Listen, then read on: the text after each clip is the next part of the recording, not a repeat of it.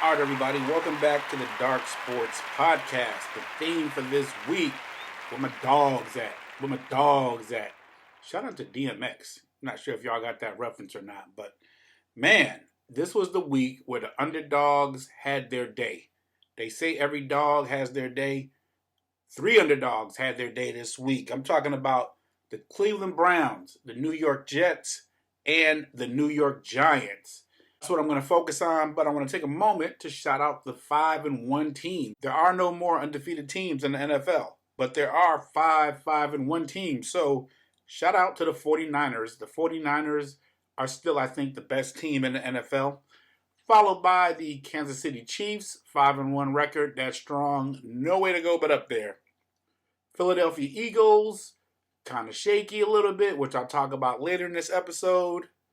Man, I can't believe I'm actually saying this, but the Detroit Lions are 5-1.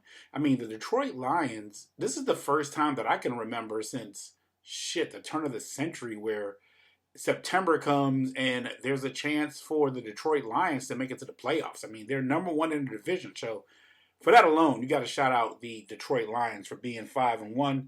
And then finally, the Miami Dolphins. Miami Dolphins are also 5-1. I'm not going too crazy about the Dolphins because if you look at their schedule, they haven't really played a lot of tough teams except for Buffalo, and they lost to them. So there you go. All right, let's start off with the Amazon Thursday Night Football game. I remember last week I said Chiefs, final answer, and that's exactly what happened here. This was a boring game, but the Chiefs got it done. I told you guys last week that I wasn't that concerned about this being a trap game. I think when they lost that week one game to Detroit at home, they realized, hey, we got to take this game seriously. So they took it serious. There wasn't a lot of trick plays, but they got it done. And, the final score, that's all that counts. That's all you can ask for. Okay, this is going to be probably the best game I've seen in the NFL so far this year. This is the Cleveland Browns taking on the San Francisco 49ers. Man, this game had everything in it that I like in the modern NFL because this was a physical game and they were fighting. A lot of times people use the term and said, yeah, this is going to be a fight. But this game literally was a fight. Starting with the pregame where they were fighting before the game. The thing I liked about this game in Cleveland, they got that dog in them. It's just like the same way that I kind of live my life, where it's like, I don't care who you are. I don't care what your record is. You come over here, I'm going to try to hurt you. And that's exactly the approach they took, and that's exactly what they did. If you look at this game, this was a physical game. And they were more like, hey, all your stars, line them up. Debo went out of the game. 2 carries for 11 yards. Knocked him out. Who y'all got next? McCaffrey? All right, we got something for him. McCaffrey, look at this picture. He's got blood on his pants. Like somebody's shit got busted open. McCaffrey, 11 carries for 43 yards. And then only person left was Purdy. Purdy did not have a game that he usually did. Purdy only had 12 for 125 yards in his first interception of the year. They pretty much contained him the whole game, and it came all the way down to the missed kick at the end. This was just, they got that dog in them, and I love that. I love that about people. I love that about the NFL. Sometimes you get some really good games, and this was one of them. Now, the Browns won, but I am not concerned at all about the 49ers for the reasons that I said. Yes, they lost, but Debo was out for most of the game. McCaffrey was out. They don't got to play Cleveland every game this season, so that's fine. They'll be fine. But this was a good game. Shout out to them.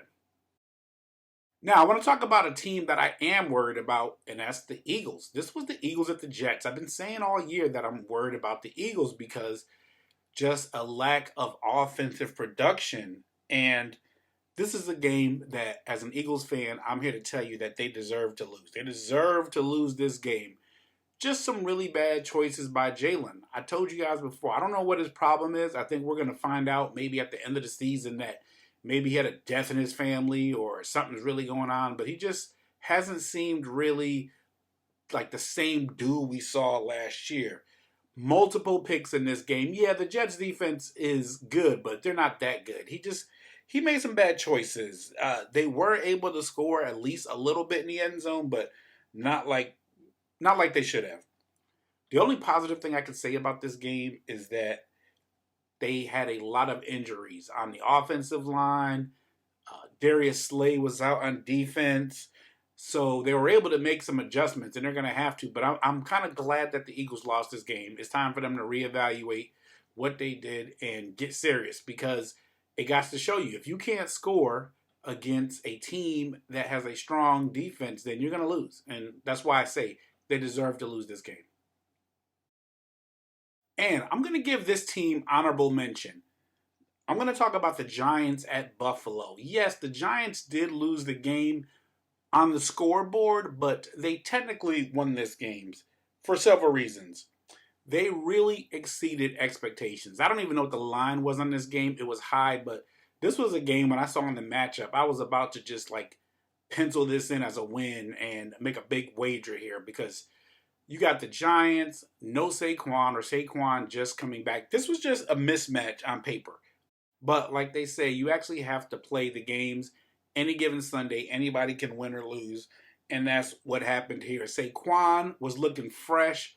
They were able to win with a backup quarterback. Daniel Jones was sitting on the sideline with that dumb look on his face that he always has.